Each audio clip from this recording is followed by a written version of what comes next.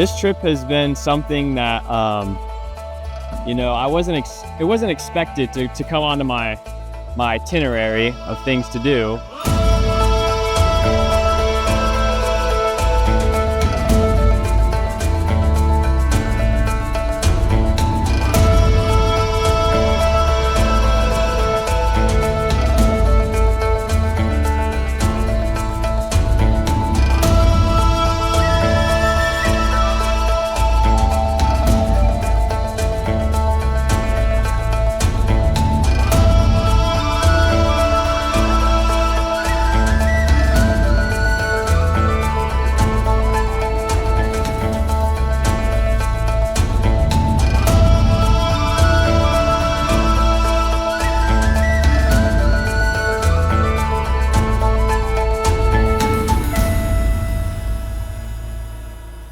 The first hump we faced, which was a pretty big hump in our eyes, was the fact that none of our checked luggage had shown up on the plane, and we were worried that we might lose the luggage. So we were almost there for an extra 2.5 hours, just filling out paperwork, figuring out what we were gonna do. After finding out that we just needed to wait and see what would happen with our luggage, we went outside and met a man named Moses that Sunrise Ministries had sent to take us from Entebbe to our home we would be staying at. And it was really nice to meet the man. He was very willing to drive us the nearly 5 hours that we'd need to go. And at this point, it was almost 2:30 in the morning, and we were all just so tired and ready to go to bed. And boy, we were not ready for the drive. It was very long and extremely bumpy there. The roads are not in the best condition, but it had to be done. So we took the drive.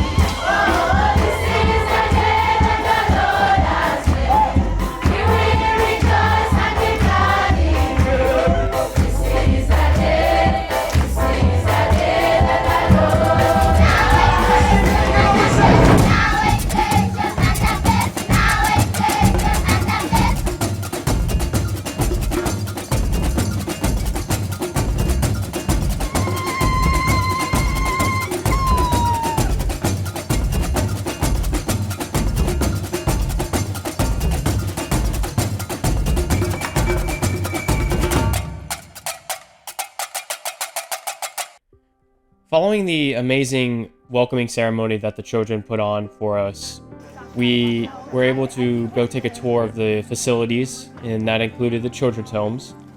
And for most of us, this was the first time seeing this, and we were able to meet the children that stayed there and those that helped run the facilities. We met all the aunties. Those were the ladies that were kind of employed to run each of the houses and take care of the children in those houses, which were split by male, female, and then of course by age group. Just like the children at the ceremony, the ones here at the homes were just so welcoming. You know, they wanted to hold on to you, they wanted to talk to you, they wanted to meet you. And getting to know them this first day really started that bond that we were going to have with them the next few days. Following that day, we continued on with our ministry there at the children's home and the school. So day 2 was going to be going to the children's home, and then with some of the older ones, we were going to head to the town that was nearby and split into a couple groups and go to the homes of some in need and basically make them a meal, hang out with the kids that were there, and share the gospel with them. If they needed it, And if they were already believers, we would pray with them. And that was an amazing experience.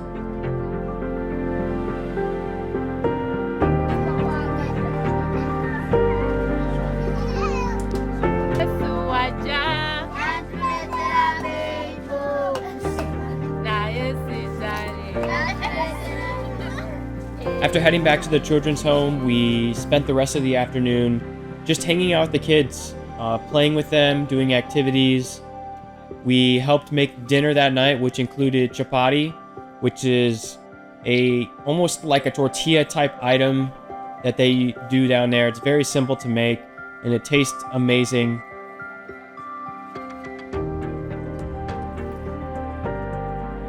And after enjoying supper, we got rained out a little bit, but headed back to the guest house where we were staying and prepared for VBS the next day.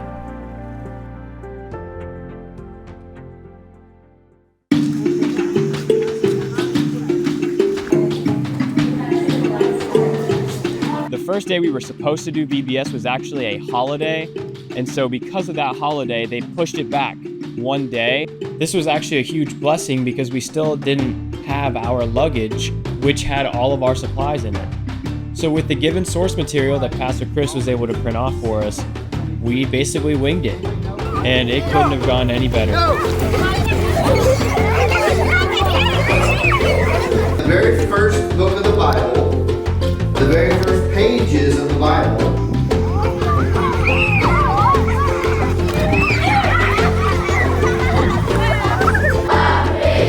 before we start today, want to say it for everybody?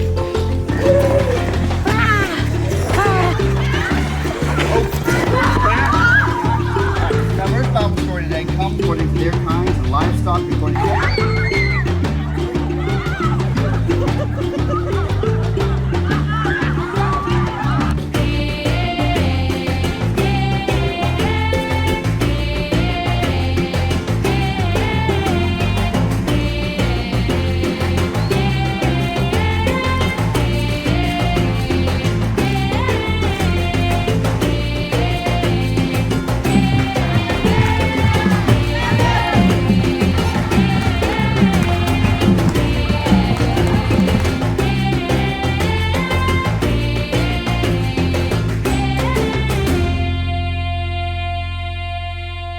So that afternoon, we split up into about 5 or 6 groups, and we went to different homes near the school that had families that were in need, and we took them a gift bag, and we shared the gospel with them.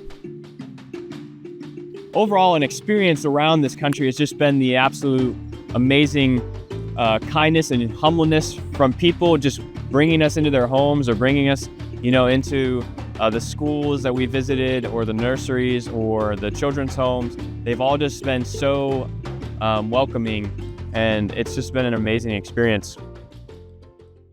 So it's day 2 of VBS, praising God that we got our luggage the afternoon before, and because of that, we are able to fully do the VBS like we wanted to, which is amazing because today is supposed to be a full day of VBS, both morning and afternoon. So on top of the regular teaching and games, we were able to include craft activities and involve more elements to the games like balloons, balls, and other accessories. We also had some breakout sessions in the afternoon that involved sewing and soap making. And after those, we were getting close to saying goodbye to all of the school children, because today would be the last time we see them with the upcoming holiday and no school for the rest of the week. And so to say our goodbyes, we had a closing ceremony with all of the school children where we brought forth all of the gifts and donations that we had collected before coming to Uganda to share to all these children. And we brought Kool-Aid, we brought more balls, we brought toys and other items that they might be using, coloring pencils, crayons, markers, paper, anything you could think of that would be helpful for a school, we were able to bring. And it was just amazing to see the joy that was on the faces of those children getting those gifts.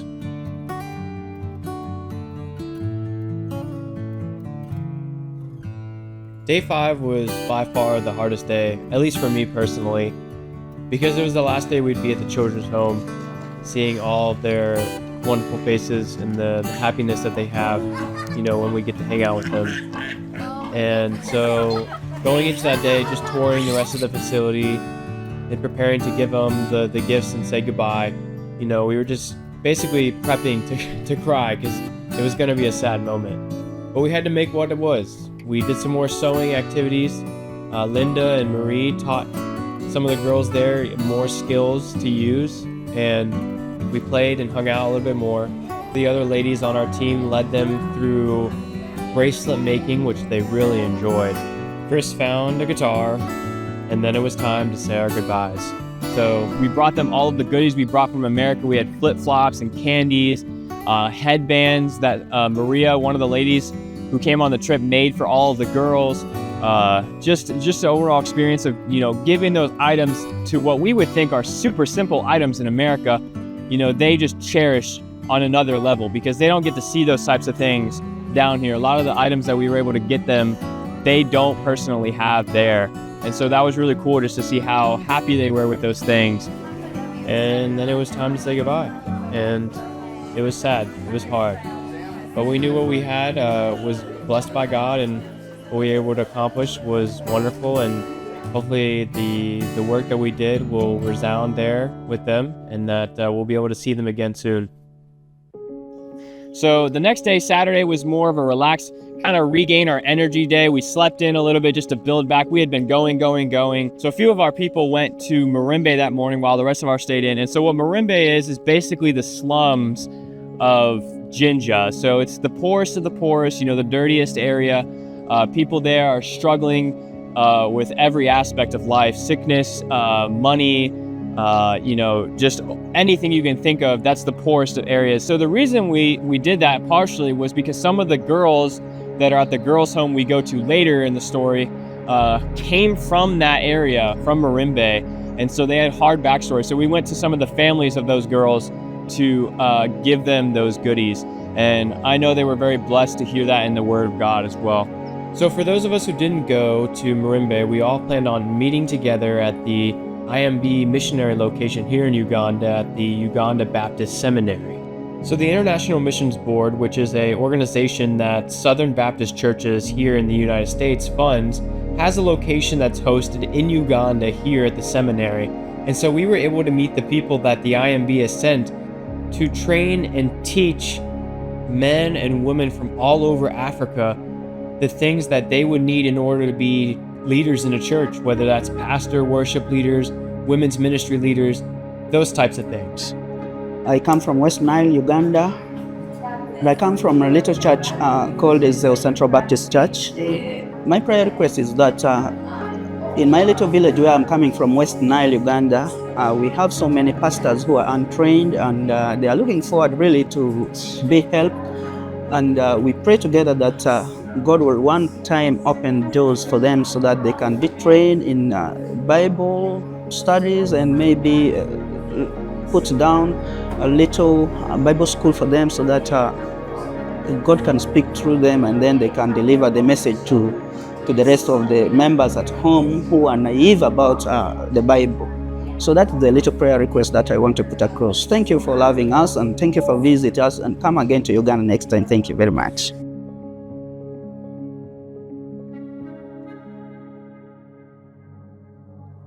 Later that evening, our group had the opportunity to take a boat tour of Lake Victoria and visit the source of the Nile. And this was truly one of the most amazing moments in my life, one of the most beautiful areas I've ever seen. And I just want you guys to be able to feel, as best you can, the emotion and see the glory of God's handiwork here in Uganda. So I hope that the images I was able to capture at least a little bit reflect of what we were able to see that night.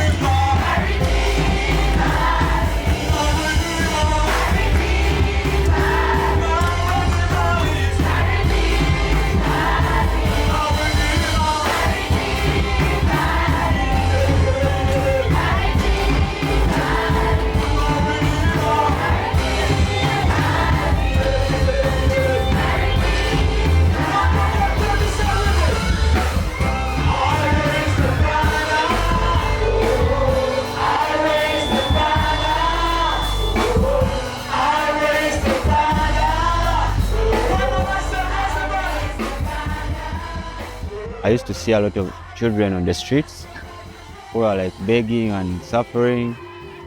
And because I grew up in an orphanage, I thought I would also give back by helping them, by teaching them art and just trying to be there for them. I have been here for about 10 years, but before that, I used to come from campus, come and help out in 2012, 2013. I used to come and go.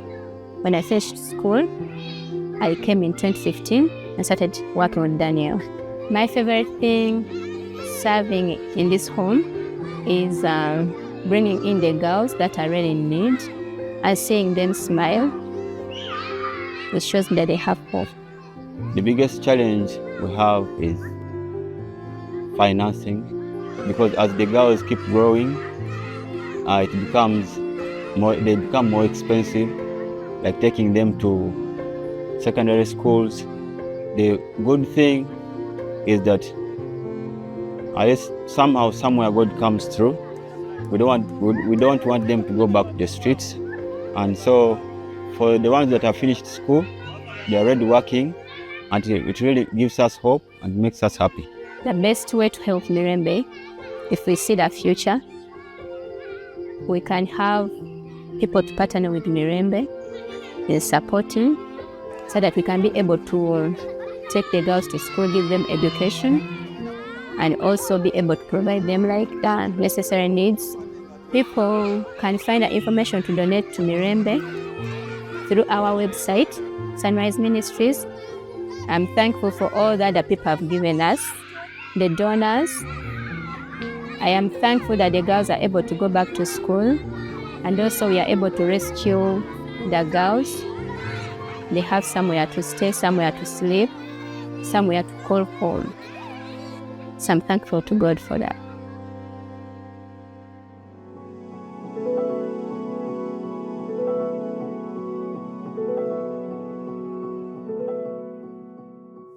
I found the baby home, the Sunrise baby home, and as I was overwhelmed, some of the babies had nowhere to go. So I spoke with my brother who had finished pastoral training. He was a pastor at that time, and I told him, I have nowhere to put these babies. Some of them have nowhere to go. What can you do to help? So he said he would house some of the babies in his home. So that's how he began the children's home. And then we had nowhere to go for prayers, so he began planting churches. People who are coming from outside, maybe from the US or Canada or all over the world, the way they can help us to be able to continue this work or to benefit this work is by maybe sponsoring a child, is by helping us to spread the word when they go back. And also they encourage us, because when we are on the mission field here, we are overwhelmed. There's so many needs. You can never finish them all. But when we get teams coming, we are encouraged, we get new energy, they are able to bring new ideas. I'm thankful for the team from Florida that has been able to come and bless us and encourage us. That's my biggest, that's the smile on my face today, is having a team here from Florida.